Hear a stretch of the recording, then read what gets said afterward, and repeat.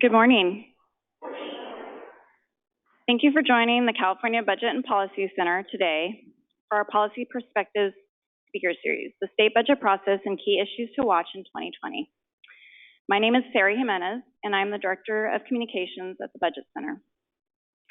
We are very thankful to our sponsors who made today's free event and our series possible, which includes webinars and in-person events throughout the year and across the state.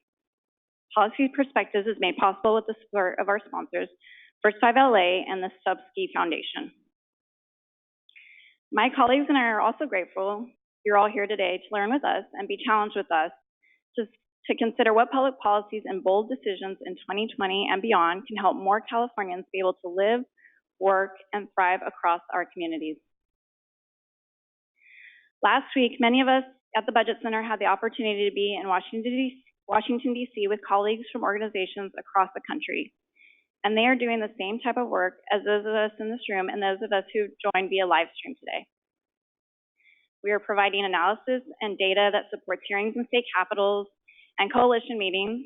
We are giving presentations to community groups to provide people with the numbers and solutions that create better public policies. We are ensuring accurate information as a part of the state budget and policy debate. This is familiar work for many of us. But the question that kept coming up while we were in DC during workshops and conversations was why? Why do we do this work? It was noted that the why question can be easily forgotten in public policy and advocacy work. And at the Budget Center, our why is because we know that not all Californians have the opportunity to participate fully in the state's economic, social, and political life. We look around and we know our family, our friends, our neighbors, perhaps even those of us gathered here, know exactly what it means to feel like you are not a part of California's prosperity. It's hard to pay your rent or find affordable housing. Childcare eats up a huge part of your budget, and yet you know your childcare worker is also struggling to provide for her family. A medical bill or injury suddenly changes how your family will be able to pay for food or get to work. Some family members are allowed to attend school and work here, pay taxes, but their immigration status keeps them out of other civic activities. And many of these challenges of not being able to financially move you and your family, no matter how many hours you work, is because state and federal policies for decades have promoted economic and racial divides. Still, at the Budget Center, we know that when we improve public policies, these policies can and do change the economic and social well-being of Californians. For me, among my whys, years ago, a policy choice was made by legislators, probably at the urging of relentless advocates who were supplied with reliable information from thoughtful analysts, maybe even analysts at the Budget Center, that in California, if you are a student from a low-income family, financial aid should be made available for you if you want to go to college. And it is because of that policy choice and public investment into education that I'm studying here today, and I don't forget that. I'm certain we all have stories like that. You might consider at the break or back in your offices in the coming year asking colleagues, why am I doing this work? And why do public policies matter for me and all Californians? Now, before I get to introducing our first session, some housekeeping items. If you're sharing tidbits from today's session on social media, please help expand our conversation by using our hashtag policy perspectives. This is also how you can ask questions via Twitter. Today's session will be recorded and posted on our website in the coming days, so please make sure to share that with your colleagues. We will have time for a brief Q&A at the end of the session, and you'll find some standing mics to form a line and provide one brief question and consider. We ask that you please consider returning to your seat after you ask questions so that others may be able to also ask questions. Please save any comments for break time to talk to our staff or other panelists. For those on live stream, you can type in your questions in the chat feature, and we will ask as many of those as possible. And at the Budget Center, we're always thinking about our next event, so we want to make sure that you save the date for our annual conference, which is March 9th, 2020 at the Sheraton here in Sacramento, and registration is now open. Finally, in the spirit of the season of giving and receiving, the information, reports, and technical assistance that our team at the Budget Center, now 17 strong, wouldn't be possible without the generosity of individual allies and partners like you. So please consider supporting the Budget Center today. Their remittance envelopes included in your materials, and they can also be found at the registration table. And now for our first session, an introduction to the state budget process. Leading us on the journey through the state budget is Scott Graves, the Director of Research at the California Budget and Policy Center. He joined the Budget Center in 2002 and has served as Director of Research for us since 2014. In this role, he oversees the Budget Center's analytical work, conducts research and analysis related to health and human services and corrections, and is the organization's lead analyst on the state and county budget process. Please join me in welcoming Scott. Thank you. Good morning, everyone. Sounds like my mic is on, is that right? Great. So thank you very much for attending. I'm really excited to see the full audience we have here with us in Sacramento, and I know we have a lot of people watching online as well. I think this audience reflects California's diversity, and I'm sure that our online audience does as well. Our job is to ensure that folks who want to influence public policy for the good in California have the tools that they need to do so. So my job, or my privilege today, is to lead all of you over the next hour or so on a journey through California's state budget process and the context for that process. This presentation is going to be based on our long-standing guide to the state budget process, which is here. It's sort of pocket-sized. If you have large pockets, you might call it pocket-sized. We're going to be handing these out to all of you just before the break. So actually, there's no need to take notes today because the presentation slide deck as well as the full guide will be available to you.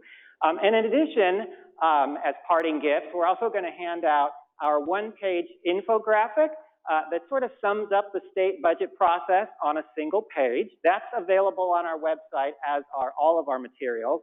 And we're also going to provide our updated guide that describes the relationship between the state budget process and the policy bill process. That's another animal. We're not really going to be talking about that today. Today, my intent is to focus solely on the state budget process. Now, don't worry. This is going to be fairly high level, right? We're not going to be handing out copies of the state budget and asking you to look at page 742, code number 5080, right? We're not going to do things like that. I'm going to keep it like if we were in an airplane, we'd be at around 30,000 feet elevation for most of this presentation. Some of you may want to get into the weeds. If your questions later, we'll have time for Q&A, I hope. If your questions are really weedy, well down into the weeds, let's save those for later. I'm happy to, or any of our team are happy to answer your questions at any point during the break, later today, or any time during 2020. So with that, I want to start out with a rhetorical question for you all. What comes to mind when you think of the state budget? No need to shout out any answers right now unless you feel compelled to do so. Some common themes. I think for some people, the state budget is kind of this complicated jumble of numbers. For other people, the state budget is about politics, partisanship, last-minute deal-making, all the stuff that goes on in that beautiful white building just a few blocks from the room that we are in right now. For some people, I think it's just utter confusion. You don't really know what to think. You know, that's okay. When I started looking at the state budget process, I felt the same way. I felt all of these ways and probably multiple ways beyond that. So that's all fine. But I think what I would hope that everyone in this room leaving this session today will think about when they think of the state budget is this: the human face of the state budget. State budget decisions determine a lot. They determine whether kids have a safe place to play and learn while their parents are at work, whether young people have an opportunity for a quality, affordable higher education, whether older adults and people with disabilities have access to the services that they need and deserve, and so much more. So the state budget, although of course it's about numbers, right? It's filled with numbers. We're going to talk about that. We'll get to that. But it's really about more than dollars and cents. State budgets, our state budget is a statement of our values and priorities as Californians. Our values and priorities. Of course, there are lots of values and lots of priorities, and that's what the debate is about every year, whose values and whose priorities are going to rise to the top. So it's really an incredible thing when you think about it, that engaging in the state budget process is an opportunity every year to answer this question: what kind of California do we want to live in?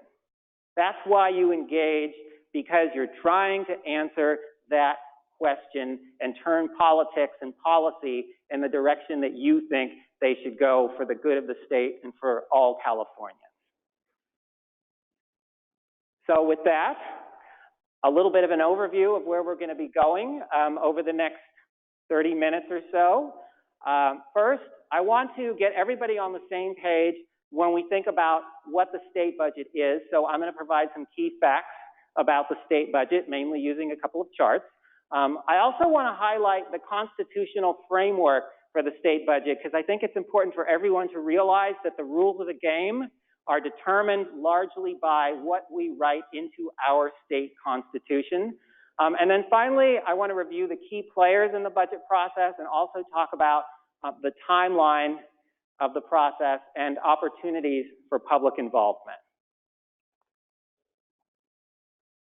So some key facts about the state budget. First of all, we have a large state budget because we're a large state. The state budget as enacted for the current fiscal year, 2019-20, that began on July 1st, a little less than 6 months ago, is $321 billion. That budget is made up of both state funds and federal funds. In fact, as you would expect, state funds are the majority of the state budget. They make up about 2/3 of overall spending, and those state funds actually come in 3 flavors that are highlighted kind of in various shades of green on this chart. So this chart is essentially breaking out into 4 categories: spending through the state budget in California for the current fiscal year. This is all data from our Department of Finance at the state level. So the darkest shade of green there, the biggest slice of this donut, as we call it, is the state general fund. So essentially, what is the general fund? It's kind of like your checking account. It's the account out of which California pays using state revenues for public services provided at the state level. So most of the funding that goes into the general fund comes from our personal income tax, the corporation tax, and the sales and use tax. Those are the 3 major sources of revenue for the general fund. Those dollars are not designated for a specific purpose. They can be allocated for any purpose allowed by law. The second major category of state funds, sort of toward the bottom of this chart, is called state special funds. So special funds essentially collect taxes and fees that are designated for a specific purpose. So they go into the fund and they're supposed to be spent for whatever the purpose is laid out in law that those revenues flow to. So there are hundreds of special funds at the state level. So just 3 I've got in my head right now: the Used Mattress Recycling Fund, the State Park and Recreation Fund, the Hazardous Substance Account. That's just 3 of more than 500 special funds. Those account for around $60 billion in the current fiscal year. I forgot to say that the general fund is just under $150 billion. So you take the general fund and the special fund, you combine them together, you've got almost $210 billion in spending through the state budget. We have a small slice of state funds that are called bond funds. Those are the proceeds of voter-approved general obligation bonds, for the most part, that are used to pay for infrastructure projects. Those vary from year to year because you never know when you're going to need to sell bonds to build infrastructure. So those are the 3 major sources of state funding. And I just also wanted to highlight that blue segment of this chart. You're probably looking at it going, wow, that's kind of big. I didn't know that 1/3 of the state budget came from the federal government. Maybe some of you did. Some of you, this might be a new thing, but it actually, there's $106 billion expected to come from Washington, D.C. and flow through our state budget in the current fiscal year that ends on June 30th, 2020.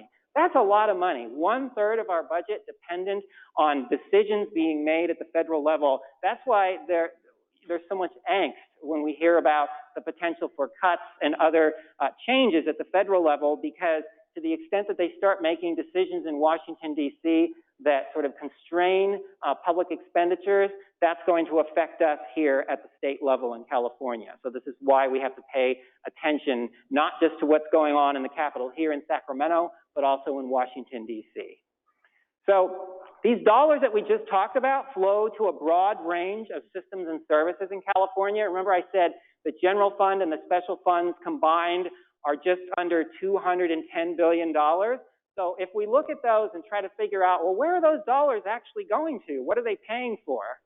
We see that 2/3 of them are either going to health and human services programs, that's the top bar in this chart, or to education. Those are the other blue bars. The longest education bar there being K-12 education, the shorter one being higher education, meaning the CSU, the UC, and the community colleges. So that's one way to think about what are we spending our money on in California. For the most part, it's really health and human services. We're talking about things like Medi-Cal health care coverage for Californians with low and moderate incomes, child welfare services, foster care, CalWorks welfare to work supports for families, in-home supportive services, services for people with developmental disabilities. That's all sort of rolled in to that top bar on this chart. And then, of course, education and higher education, of course, big segments of our spending. The rest of it is going to everything else, everything from our state prison system, which is less than 8% now of our total general fund and special fund spending, all the way down to a little over 4% for our legislative, executive, and judicial branches, just the general functions of those categories. If we look specifically at the $106 billion coming from the federal government, where's most of that money going? Top bar, health and human services. This is really about the Medi-Cal program, particularly after the enactment of the Affordable Care Act, when millions of additional Californians and people across the country became eligible for Medi-Cal. Federal funding for that program ramped up substantially, and that's showing up in our state budget. So when you think about federal money coming to California, it's not about grandma's Social Security check. It's not about what your postal carrier is getting paid. That's not reflected in the state budget. It's primarily about Medi-Cal health care coverage for Californians with low and moderate incomes. One last fact I wanted to leave you with is that California's state budget needs to be thought of as a package. Sometimes you think of the budget and it's like, oh, it's just one thing. It's a budget, right? It's going to be like one thing. It's not actually one thing. It's actually a package that consists of both budget bills and what are called budget-related trailer bills. So let's start first with the budget bill. So budget bills, what are they actually doing? They are providing authority for state agencies, departments, boards, commissions, university systems to spend money, meaning appropriations, for a single fiscal year. We have one-year budgets in California. You get a year of authority, and then it expires after that, and you need to come back and re-up if the legislature so decides to do that. So what I've done here is just copied in the Legislative Council's Digest, which is essentially just the summary of Assembly Bill 74, which was this year's initial budget bill, which was signed by Governor Newsom in late June. So that was sort of the first bill as part of a series of budget bills, we'll get to that in a sec, that actually funds the operations of state government in the current fiscal year. So as you can see there, sort of that middle line, what would it do? This bill would make appropriations for the support of state government for the 2019-20 fiscal year. And does it ever, right? So here's the bill. This is actually AB 74. It's almost 900 pages long, and it's filled with hundreds, if not thousands, of budget-related codes and numbers, dollars, right? Meaning appropriations. This is essentially what the budget bill is about, is determining the level of funding for a broad array of services through the state budget, largely through this particular bill. This bill now, also the other thing to keep in mind is that for those of you familiar with the policy committee process, right, you know, the education policy committee and there's a human services committee. We're not talking about those committees here. This bill is actually going through budget committees, both in the Assembly and in the Senate. The Assembly has the Assembly Budget Committee, that's a good name. The Senate has the Senate Budget and Fiscal Review Committee. They had to have a slightly different name. So they do basically the same thing. They have a bunch of subcommittees, right? And to give you an idea of how important these budget committees are in the legislature, I just looked this up this morning. Out of the 80-member Assembly, 31 of them sit on the Assembly Budget Committee. That's more than a third. So more than 1/3 of the entire membership of the state assembly is sitting on the budget committee. In the Senate, it's 18 out of 40, so rounding up, that's almost half. So almost half of state senators are sitting on the budget committee. That kind of gives you a sense of how important and powerful these committees have become within our state legislature. So one other thing to keep in mind is I keep talking about budget bills, plural. Why? You may be thinking, why is he saying that? Don't we have the budget bill? Isn't this it? Just AB 74? And the answer actually is no. In any given year, there are going to be multiple budget bills for lots of reasons, both because of the complexity of the state budget process, the fact that not everything is getting done on time because we have a very compressed process in May and June, which I will get to a little bit later. So there's always a need to sort of come back and another bite at the apple. So you have another budget bill that amends the budget bill we originally passed back in June. So if the question is, will there ever be a package again that contains a single budget bill? I think the answer is not likely. I'm kind of hedging there. I think the answer is really no.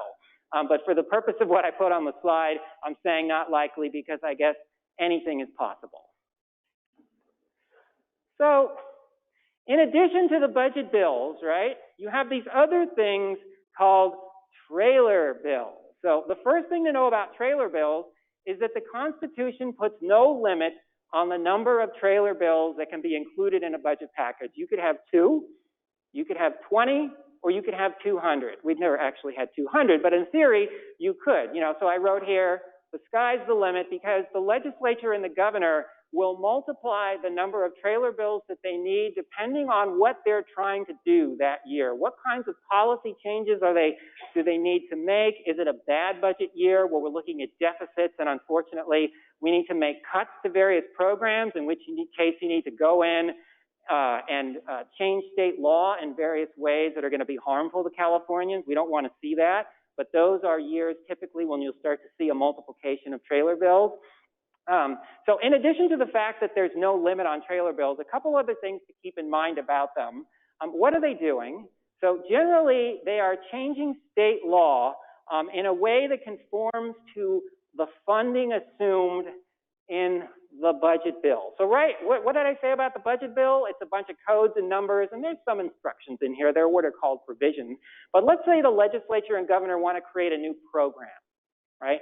They need to explain, what is this new program? What's it called? What are the rules? Who's eligible? You're not going to do that in your budget bill. This thing expires after 1 year. You're going to want, if you have a permanent program that you want to be ongoing, you need to put that in state law. Maybe it's in your education code. Maybe it's in your welfare and institutions code. One of the codes, right? We have, if you've ever tried to look at state law, California is very voluminous. There's a lot going on there and it gets longer every year. You need to change the law in order to make the changes assumed in the budget bill in most cases. So that's really what trailer bills are doing. They're simply changing the law as required by the funding assumed here in the state budget bill and bills, right? Those that follow. The other thing about them is just the reason why they're called trailer bills. They're called trailer bills because they're seen as, they generally follow with the budget bill, right? They're moving through the budget committees in each house of the legislature, so they're kind of seen as being as a package. They move through those committees. There can be cases, though, and I don't want to get into it here, where maybe there's a bill that's kind of moving independently through the policy bill process that's seen as being integral to a state budget package. So technically, it's not part of the package in the same way as a budget-related trailer bill, but you would kind of see it as, yeah, actually, that's got to be part of the budget. So there's some little like cats and dogs there that may pop up from year to year, but for most part, the trailer bills are simply the package of bills following along behind the budget bill through the process each year. So I just wanted to point out here that in our 2019-20 state budget, in that budget package, there are more than 30 bills. And there have been more bills in prior years. During the Great Recession, we had years where there were, I think, 50 to 60 bills. So 30 bills is a relatively small number, but just to sort of take you through them quickly, we're right back to AB 74. Here's that 900-page monster, right? The very first budget bill that Governor Newsom signed into law last June. And then the legislature came back at various points and decided they needed to make some amendments to that budget bill. So they passed AB 110, SB 106, and SB 109, which are reflected here. Some of them are, a couple of them are pretty short. One's a little bit longer, over 100 pages. But they essentially came back and they amended the original budget bill that was signed into law in June. They also passed another budget bill. These are fun ones. Look at this. This is a budget bill. It's one sheet of paper, two-sided, and it's essentially appropriating $112 million for the 2018-19 fiscal year. The prior fiscal year, turns out the Department of Corrections and Rehabilitation overspent, like typically happens in that department, and they needed an augmentation to reflect that before the end of the fiscal year. So they passed this and said, here's your $112 million augmentation, which is essentially amending the prior year's state budget, not the one we're in right now. So all of these, right, the ones I told you about, AB 74, the three that followed, they all get rolled up into this thing later that the Department of Finance puts together called the Final Budget Summary. You can go to the State Capitol basement bill room. If you've never been to the bill room, I would urge you to go to the bill room. And it's an interesting place. They have a lot of documents there besides bills, including the Final Budget Summary. So if you want to know how did all those things actually roll together, put down your $6.75 and you get your final budget summary. You got it in one nice package. You put it on your shelf and you may look at it at some point in the future. Or maybe you won't, but it's just nice to have there on your shelf. So this is how things all get rolled up eventually. Then we had all of these trailer bills, right? The other bills in the budget package. Here they are. Some of them are Assembly bills and some of them are Senate bills. I'm obviously not going to go through them all. I'm just doing this for effect, right? It's like this is essentially the package as it exists today. Why am I saying as it exists today? Because they can come back in January, February, March, April, or May and add bills to this package for the 2019-20 fiscal year. There may be a reason to do that. They've done that in recent years because of the impact of the terrible wildfires that have been affecting various parts of California. So they needed to come back and make some changes related to that. They did it through the budget process because the budget process is fast and easy compared to the much longer and sometimes more constraining policy bill process. So that is our entire budget package. And that actually ends sort of that portion, the key facts portion of the presentation. So what I wanted to move on to now is the constitutional framework for the state budget. So the first thing to realize about the state budget process is that the rules are contained in our state constitution. So of course, like everything these days, you can get stuff online. Our state constitution is online. If you actually wanted, here in my advertisement again for the bill room, if you actually wanted to see our state constitution sort of in paper form, it's updated every couple of years, right? So here's the current version. It contains the U.S. Constitution, the California Constitution, a bunch of other historical documents. It's not very expensive. If you want this on your shelf, it's over there in the bill room too. I can't remember how much this one costs. But anyway, the point is that in our state constitution, that's where you're going to find the rules of the budget game in California.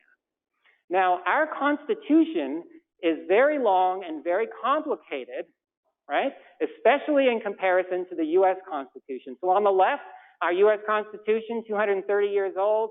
It's got just under 8,000 words, and it's been amended 27 times. Our state constitution goes back to the late 1800s. It's got now over 75,000 words, and it's been amended more than 500 times. So the reason why this happens is because it's very difficult to amend the U.S. Constitution and very easy to amend the California Constitution. All we need to do is have the legislature, or through the initiative process, citizens sort of put it before the voters. You got to get it on the ballot, and you've got to ask them, do you want to change the state constitution in this way? And often we, the people of California, say yes. We don't always say yes. Sometimes we say no, but frequently we say yes. And for that reason, sort of the length of the Constitution has grown over time and become more complex. If we look at the period just back since the 1970s, there have been probably at least a dozen ballot measures that have had an impact on the state budget or the budget process. I'm not going to go through all of these. Sort of on the top there is the world famous Proposition 13 that limited property tax rates in California. If you kind of circle around clockwise, some of these may look familiar to some of you. These are just basically ballot measures that were approved by the voters over the years that have had an impact on California's state budget or budget process. The most recent one on our list there is Proposition 55 in 2016, which I'll say a little bit about a little later. But despite the complexity of the state budget and the process, right, we still need to know what the rules of the game are if we're going to be able to have an impact. So let's go through a few of the key rules right now. The first is that you will find two dates in the state constitution related to the budget process, January 10th and June 15th. So January 10th is the date by which the governor is required to submit a balanced budget for the upcoming fiscal year. So this coming January, Governor Newsom right now is putting the finishing touches on his budget for the 2020-21 budget year that begins next July 1st. So we're already looking ahead now, 6 or 7 months into the future, thinking about what should that budget look like. The governor is going to make a big splash somewhere around the 8th, 9th, or the 10th. Who knows? Governors can release their budgets anytime they want. It doesn't have to be the 10th. One year, Governor Schwarzenegger, I think, accidentally released the budget on December 31st, and it became known as the Happy New Year state budget. So, but typically it would be the 8th, 9th, or the 10th of January. June 15th is the date that applies to the legislature. By midnight on the 15th, the state legislature needs to pass and send to the governor a budget bill. Not all the other bills I was telling you about, not the trailer bills, not any amendments to budget bills, just the first budget bill needs to get to the governor's desk by midnight. If they do that, they have met their constitutional obligation, and all the other budget bills and trailer bills in the package can come later in the following weeks leading up to the July 1st start of the new fiscal year, which is basically a 2-week period. Now, what if they don't make that deadline? If that deadline's been a hard deadline since 2011, they've met the deadline every year since then, and some people say it's because there's actually a financial penalty. If they fail to meet the deadline, legislators lose their pay and reimbursement for travel and living expenses, known as per diem, for every day that the budget is late, not sent to the governor. So they've never been late, and there's really no reason for them to be late if one party has fairly dominant control over both houses of the legislature and they can find ways to get along with each other. It's sort of like this is an easy bar to clear. You just need a majority vote, as we'll be talking about. So, and here it is.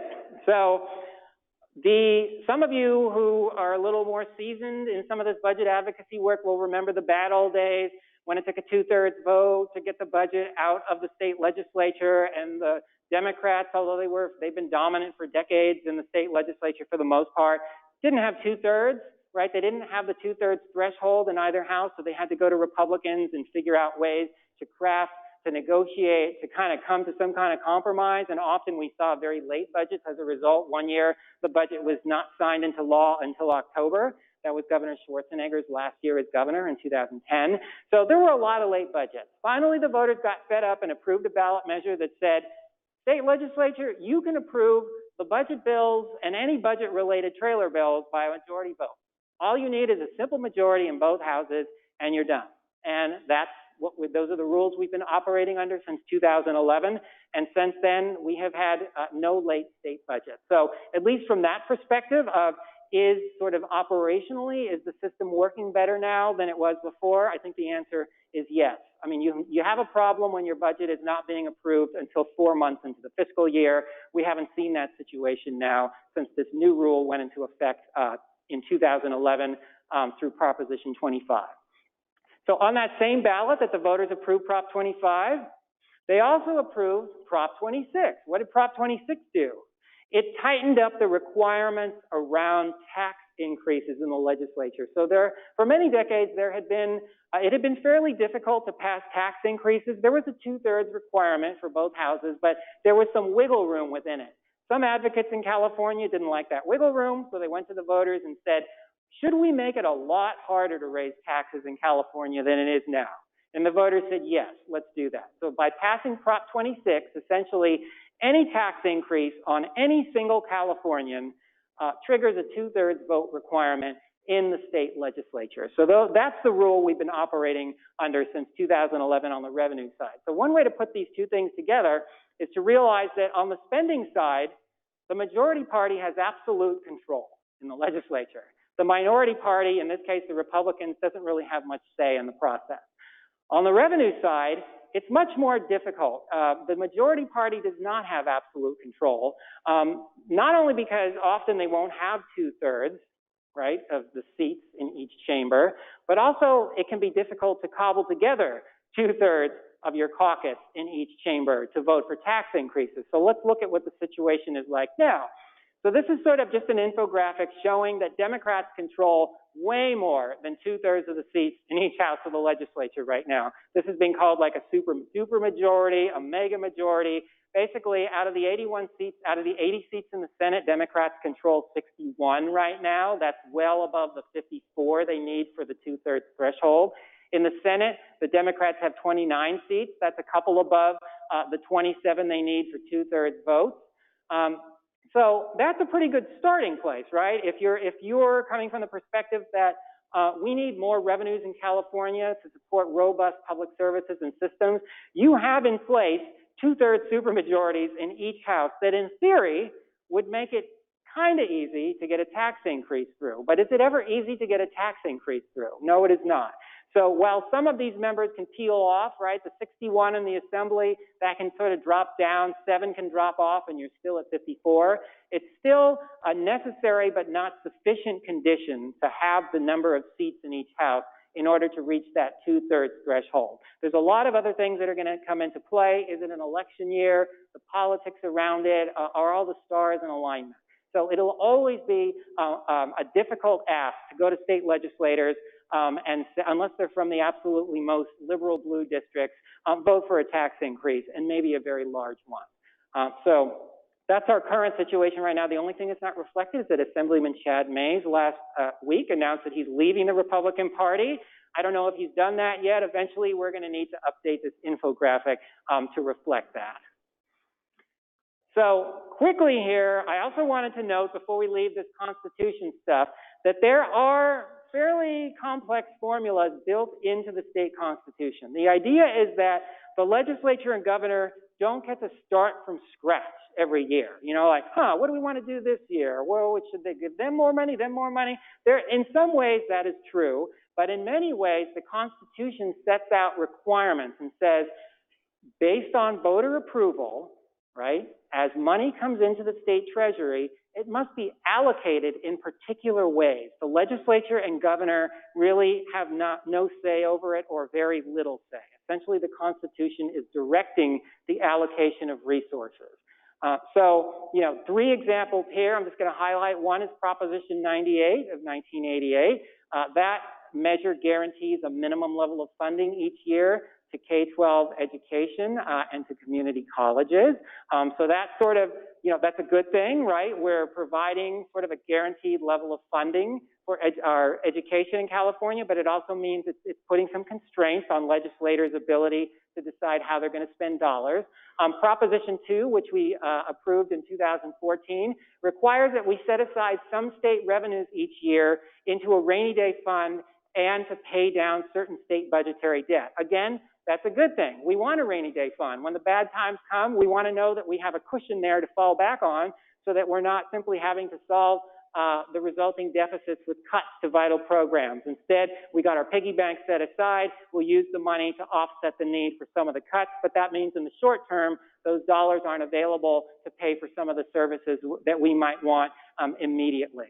And then finally, Prop 55 created a new formula that was intended to boost state funding for Medi-Cal, our state's health coverage program for low and moderate income Californians. That formula has actually never been triggered, and there's some thinking that it never will be.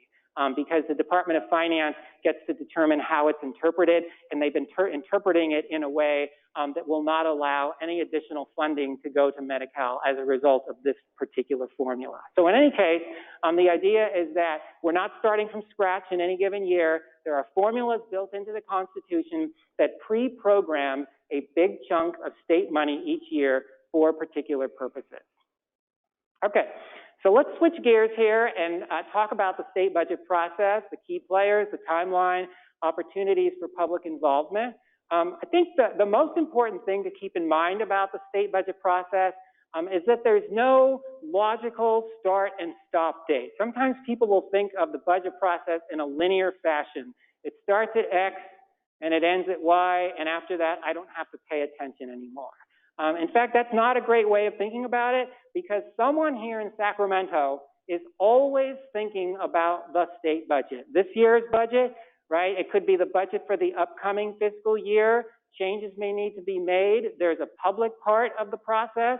There's a behind-the-scenes part of the process. So there are always decisions being made somewhere. So it's sort of, and one way of thinking about it is that there's no off-season for the state budget, right? There's always a need to keep tabs on things and figure out how you can sort of advance your policy agenda at different points during the year without thinking, oh, that part of the year doesn't matter, I don't have to worry about it, no one's going to listen to me.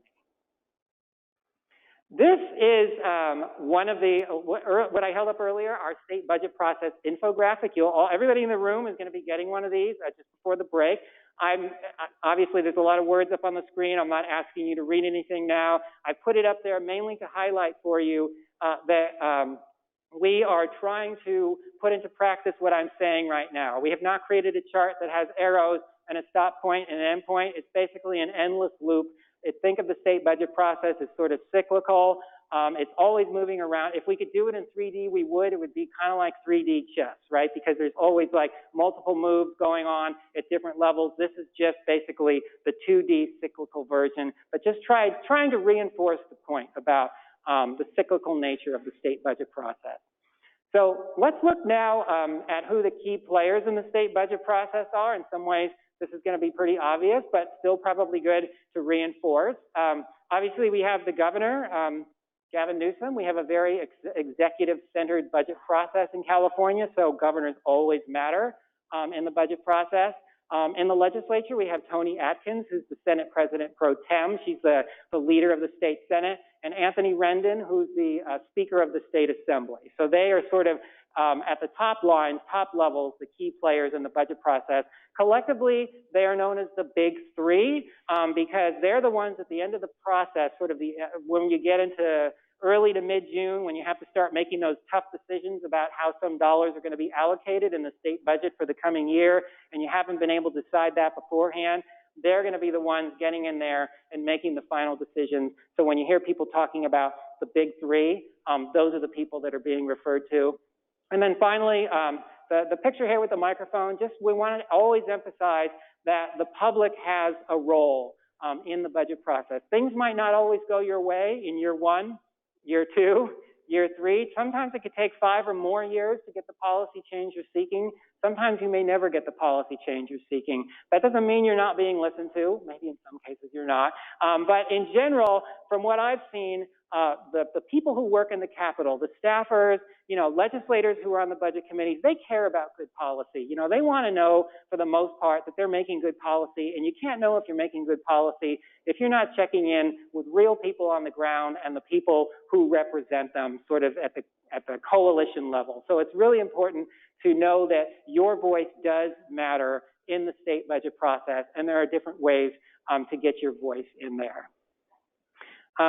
Re-emphasizing this point here about the governor having the lead role, again, very executive-centered budget process in California. Here, I've got a few illustrations here just for you to stare at while I'm raising up some more props over here at the table.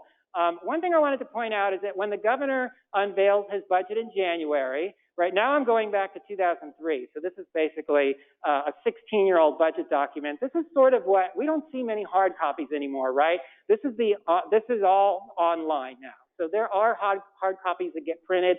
I don't know how you get one if you want one, if you can buy one from the Department of Finance. We don't do that anymore since, as I said, it's all online. But if you wanted to know how big is the governor's proposed budget really, this gives you an idea. It's sort of like the size of a big city telephone book. And what's in here is everything that's funded through the state budget, looking at funding from the prior fiscal year, estimated spending for the current fiscal year, and projected or proposed spending for the upcoming fiscal year, basically the governor's proposal. So if you want to know, well, how was something funded last year and what's the governor's proposal for it this year, the budget bill is a really hard document to navigate unless you're familiar with it. This would probably be one of the first places you want to go, is to look up your department, commission, board, agency, whatever it is in here. You can see the funding all pulled together. The governor also puts out, or the Department of Finance puts out, what's called the governor's budget summary, along with the giant telephone-sized book proposed budget. This is a nice document because it sort of pulls together the governor's proposed spending sort of at the top lines. It gives you the big picture as opposed to all the details. So if you want the trees, you go to this big one. If you want to rise above the trees and see the big picture, you get the summary. You'll be able to have a sense of what the governor's economic forecast is. Does the governor's Department of Finance think revenues are going to grow or decline in the coming years, which, you know, are key to determining how much money you're going to have to spend in the upcoming year. One thing to keep in mind is, right, this is the governor's view of the world. And so sometimes you want to read it with take things with a grain of salt, because sometimes things may be explained in here or described in ways that maybe are more favorable than they really should be, depending on your perspective on these policies. So that's where you're going to want to be able to get beneath the surface in some cases. But just as a point of reference for what is the governor actually proposing this year? If you want to go, beyond what they're writing in the LA Times and the Sacramento Bee, this is the place to go. The governor's budget summary, in addition to the governor's proposed budget. So that's essentially giving the governor the first word in the budget process, right? We're all waiting right now to find out, what is Governor Newsom going to propose for spending in the next fiscal year around January 10th. What is that budget going to look like? That's what we're waiting for. So then the governor gets a second bite at the apple, and I think I don't have that one up here with me, but in May, the governor releases what's called the May revision, essentially just revising the governor's, whatever the revenue proposal or revenue estimates were from January, the economic forecast, how did revenues come in the personal income tax in April? Did they go up? Did they go down? Were there some initiatives the governor proposed in January, maybe floated them, now they're going to be pulled back, or maybe they were revised in some way? A lot of that will be changed and reflected in the May revision. So that's sort of the document that everyone is waiting for once you get to that point in the process. Then at the end of the process, kind of reflected there in that thumbs down, that red thumbs down, the governor at the end can actually line item veto any appropriation, whether it appears in a budget bill or in a trailer bill, because sometimes trailer bills will have dollars in them. So the governor can simply cross through. If the legislature wants to spend $1 million on something and the governor doesn't think that's an appropriate amount of money, the governor can simply draw a line through it and write in $500,000 or write in 0. The governor can't write in a bigger number, can only write in a smaller number, or take it all the way down to 0. That's what's called the line item veto. So you can imagine it gives governors quite a bit of leverage in the process as they're doing their final negotiations. The legislature, in theory, can override any veto by the governor by a 2/3 vote of each house. But you can imagine, even if you have the votes again, it's one of those situations where, do we really want to override the governor on this? Is it really worth doing that? Are we going to go to the mat for this? So in many cases, the answer seems to be no. They don't really want to go there because the governor will still be there next year, and they'll have to deal with the governor again, and they may not want to embarrass the governor in that way. So that's sort of where politics can come into the situation. The legislature clearly has a role in this process. What they're doing is they are looking under the hood, essentially, of the governor's proposed budget. What is this thing? what are these proposals? What would they mean for the coming year? Should we adopt them? Should we revise them? Should we get rid of them entirely, get them out of the budget? They're doing that through their committee hearings with help from the Legislative Analyst's office. So here we have pictures of our the current leaders here. We've got Holly Mitchell, who's the chair of the Senate Budget and Fiscal Review Committee. Over on the far right is Phil Ping, chair of the Assembly Budget Committee. And then in the middle is Gabriel Petek, who took over earlier this year, or maybe about a year ago, as the new legislative analyst. So the legislative analyst works with a team of other analysts, basically for the legislature. The legislative analyst provides fiscal and policy advice to the legislature, helps the legislature think through what kinds of policies and funding levels should they be thinking about, and also can put a critical eye on the governor's proposals because the leg analyst is not working for the governor. They're working for the legislature. So it actually gives the legislature a good sort of technical check on the proposals that are coming out of the governor's administration. So what the legislature is doing during this period, right, March, April, and into May, they're holding dozens of hearings at which they are considering all the proposals in the governor's budget. This is happening in the Assembly, in the Senate, through the subcommittee process. Subcommittees may have 3 or 4 or maybe 5 members sometimes, so they're relatively small, and they're really getting into the weeds of the governor's proposal. At the same time, the two houses are trying to figure out what are their proposals going to be. They're not just going to adopt the governor's budget wholesale. In theory, they could. In theory, the legislature could say, great budget, governor, we're going to do exactly what you want and pass it right now. That never happens because they always want to put their own gloss on things, put their own policy proposals in. So they will do that. They're figuring out how do we recraft or rebalance the governor's budget so that it's reflecting more of the Assembly's priorities or the Senate's priorities. And some of you may have noticed that the State Assembly once again put out what they call their blueprint a couple days ago, which is sort of putting out there on putting everyone on notice. Here's what we think we want to be pushing in 2020. Here are our priorities in 2020. The Senate, as far as I know, does not do that, has not done that yet, but they still have their own internal set of priorities. Those priorities come through and are realized through the budget process in which they are drafting their own versions of the state budget as they head through May into their final negotiations with the governor. So the members of the public, while all this is going on, right, it's not like everybody is just sitting on the outside, not doing anything. Everybody, of course, who's advocating for particular policies is trying to figure out how they can get their vision into the mix. Sometimes it's simply, oh my God, the governor is doing what we want him to do. Awesome. So you're just going to be providing support. Great idea. Let's see how we can make this work, keep it in the budget. Sometimes it's, oh no, our idea didn't end up in the governor's proposal. Now we got to figure out how to get the Assembly and or the Senate to put it into their versions of the budget. So then we can sort of take that into our conference committee process in June, and then the final negotiations with the governor. So there are always ways in which advocates will be able to work this process, work your sort of contacts so that you can move your agenda along with whatever the priorities of the legislators and the governor are. So, you know, there are lots of different ways of doing this. There's the classic letters of opposition and letters of support, which still happen today. You know, there's rallying at the state capitol. If you're around here in the spring, you know that just about every day of the week, there are thousands of people converging on one or other sides of the state capitol out there promoting what they want to see done through the budget process or the legislative process that year. And of course, there's always, this is this classic hallway view here of where hundreds of people are standing in line to be able to go up in a subcommittee hearing, let's say of the Assembly Budget Committee, and either say, great idea, or we don't like it. It's sort of the Me Too on the policy change, right? Not a lot of people get the opportunity to speak for 2 to 3 minutes. That's sort of a luxury. Most people are getting to go up to a microphone and say, we support this policy. Of course, the idea is not to show up at the last second and have them wondering all who you are. The idea is to have built relationships in the prior months, knowing that there's always turnover among staff in the state capitol so that you know who the key players are. Who are the key players on the Budget Committee in the Assembly, the Budget and Fiscal Review Committee in the Senate?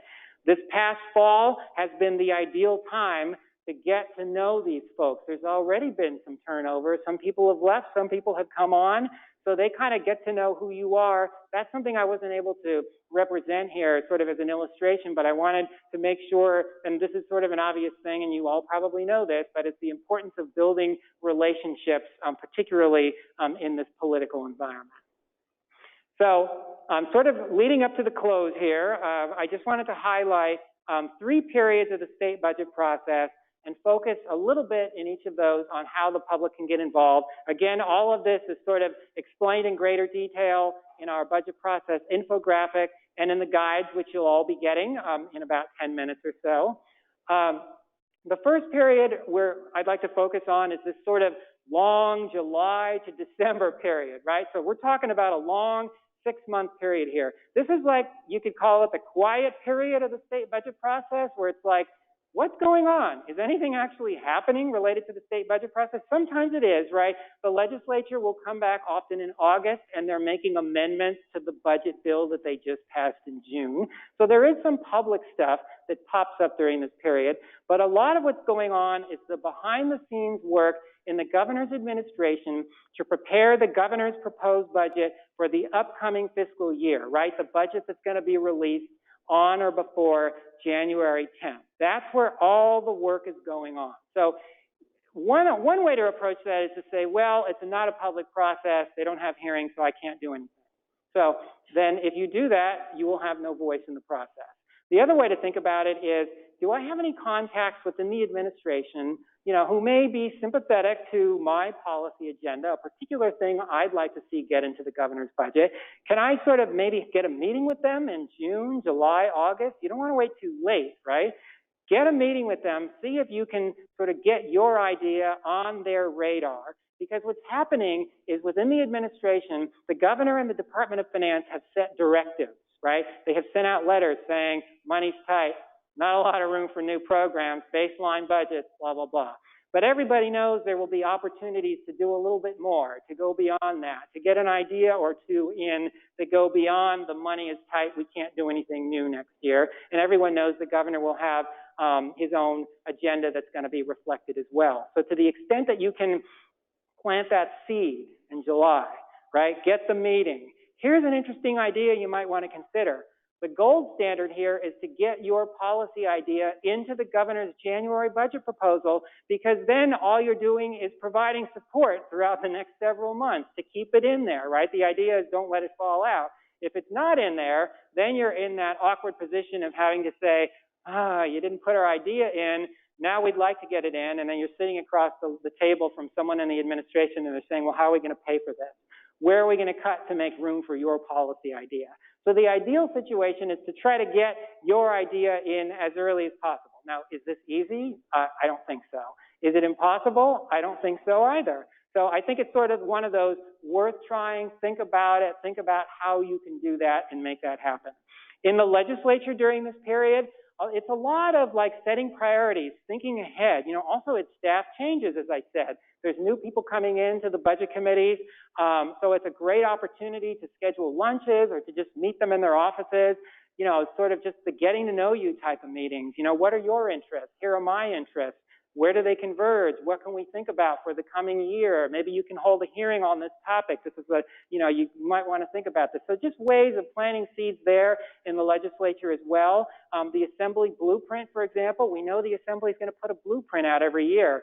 You want to be able to know that perhaps there's an opportunity to get your policy agenda or idea reflected in the blueprint. And I know there was a lot of effort by advocates in different areas to meet with legislative leadership in the assembly to see if they could work their ideas into the blueprint, and at least in a couple of places I think that was a success. So this is sort of examples of ways that you might engage the process during that quiet 6-month period when it appears that nothing's going on, but in fact a lot is going on with respect to developing the governor's budget for the upcoming fiscal year. So the second period after that, now we get into the January to mid-May period. So January, the signature event here, as we talked about, is the release of the governor's proposed budget. You're going to want to weigh in on those proposals, whether you like them or not. It's always important to put out the, great idea letters. It's also important to put out the may not be the best approach letters. And this is also, this period, an opportunity to actually engage with officials in the administration, because the May revision will be coming up. Ideas in January are not set in stone. They can and do change over the coming months for various reasons. Sometimes policy ideas are put out there and they're just sort of floated, and there's not a lot of scaffolding around them, and they need some help and support. And maybe you think they're on the right track, but they need some help there. That's an opportunity for you as an advocate to get in there and meet with the right people within the administration to help shore it up and move the policy idea sort of in a better direction. Or maybe if it's just a bad idea, then what you're urging is take it out. This isn't the direction that we want California to be moving. So opportunities there to engage on the administration side. Again, that's a sort of behind the scenes type of thing. Within the legislature, we already talked about this. They're holding, starting sometimes in late February, but generally in early March, dozens of hearings, getting under the hood, looking at the governor's proposals. What do we think about them? If no one shows up to talk about the governor's proposals, then they're going to think nobody cares. So you got to get in there. In addition to the building relationship side of things, you just have to show up at these hearings, stand in line, and speak your piece, even if it's only to say your name, your organization, and whether you're for or against something. And that's often all the time you're going to have, but it's really important still to show up, because that will make a difference. Mid-May to June, signature event here is the release of the governor's May revision, which is required by May 14th. That's a statutory requirement, which is why I didn't talk about it in this constitutional context side of things. So here, the process moves really fast, right? If you think about it, the middle of May, you really only have until June 15th to get that on-time budget. That's less than a month, and you got to back it up because there's a 72-hour bill and print rule. Then they got to print stuff. So you're really talking not about June 15th. It's more like June 8th, 9th, or 10th, which is the real deadline they're working with. So it's just a few weeks between the May revision coming out and when they actually have to have something ready to go to get to the floor on or before June 15th. So things can move very fast here. Unfortunately, it becomes less transparent. The legislature will hold some hearings, not a lot of hearings.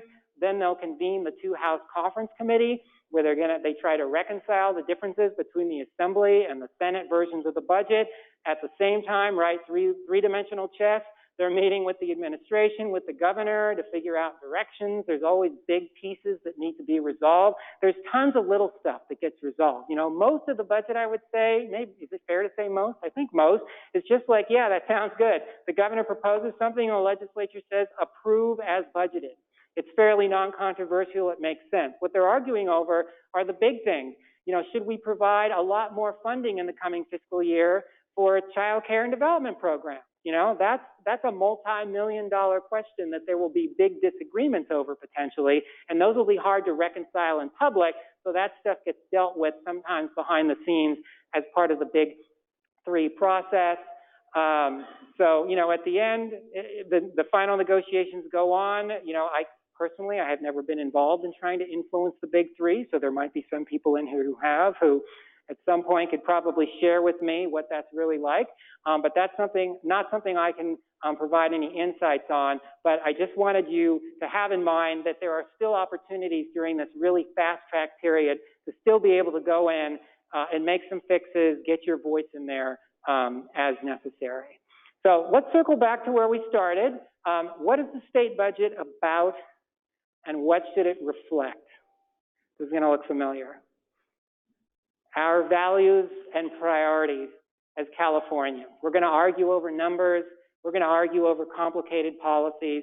But this is really what it's all about here. That's why we're here. That's why we're going to do the hard work in 2020, right? What kind of California do we want to live in? That's the case that you'll be making in 2020. So that concludes my presentation. Thank you very much. And we have a few minutes, I believe, for questions.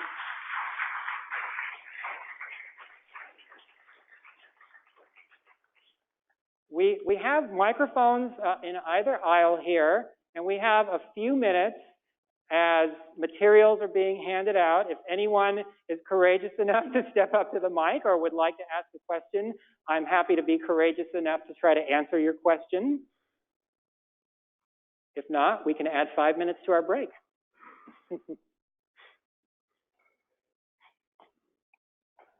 I think I see someone approaching a mic. Hi.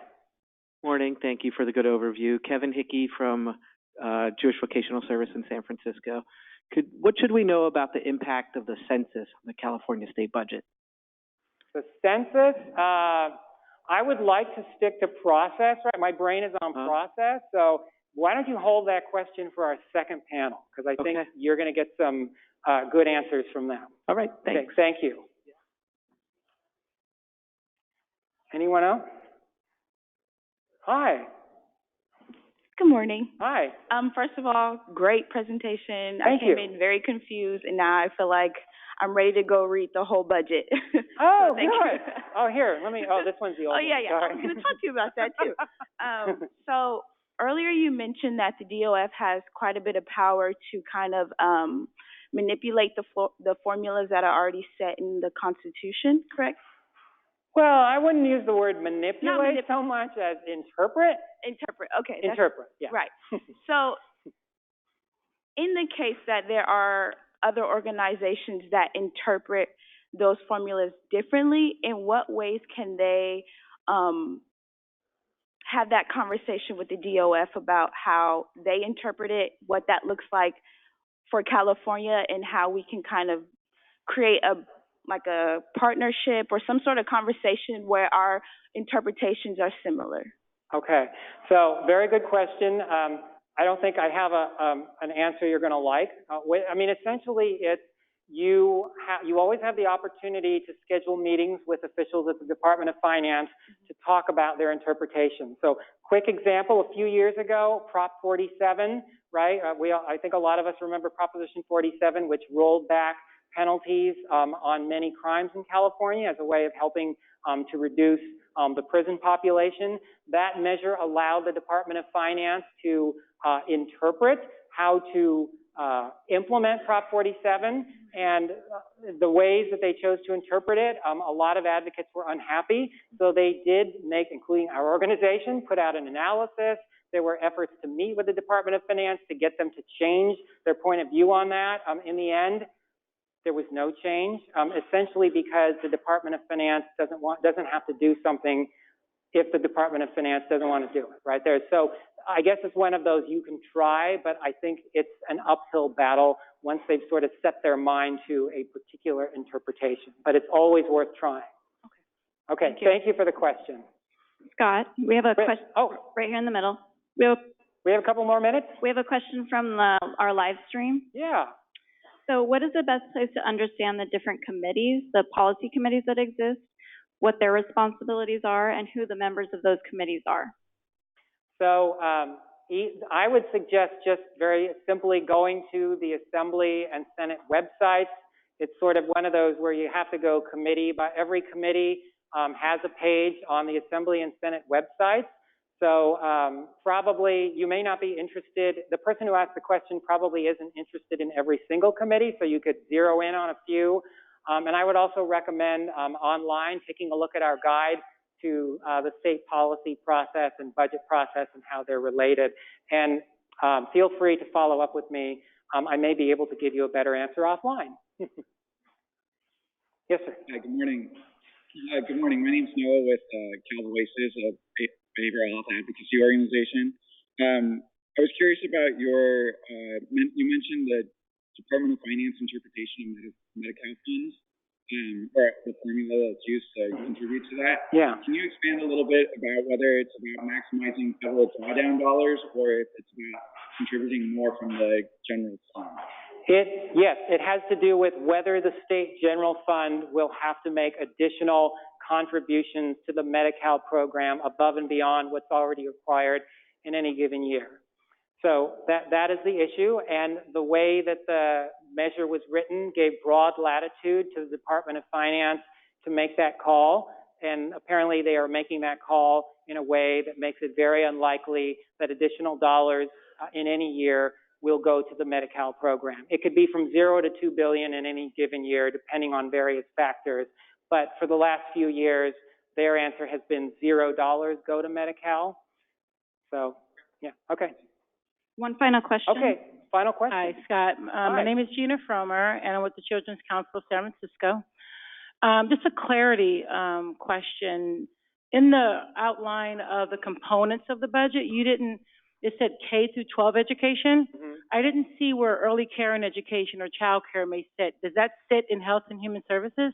Do you know where that, How are we? piece of the budget will sit? Can I throw a quick question to Jonathan? Are we splitting them still? Okay, so yes, those dollars are split between K-12 education and Health and Human Services. They are not consolidated in the state budget in that way, so we're sort of displaying them as they get displayed. So we kind of have to find them in either one. Yeah, and follow up with me, and we can help you if you want to get into the details on that. All right, thanks, Scott. Thank you. I think that was it. Okay, well, thank you, everyone. You now have maybe a 15-minute break, and then we'll be coming right back here to begin our second session. Thank you.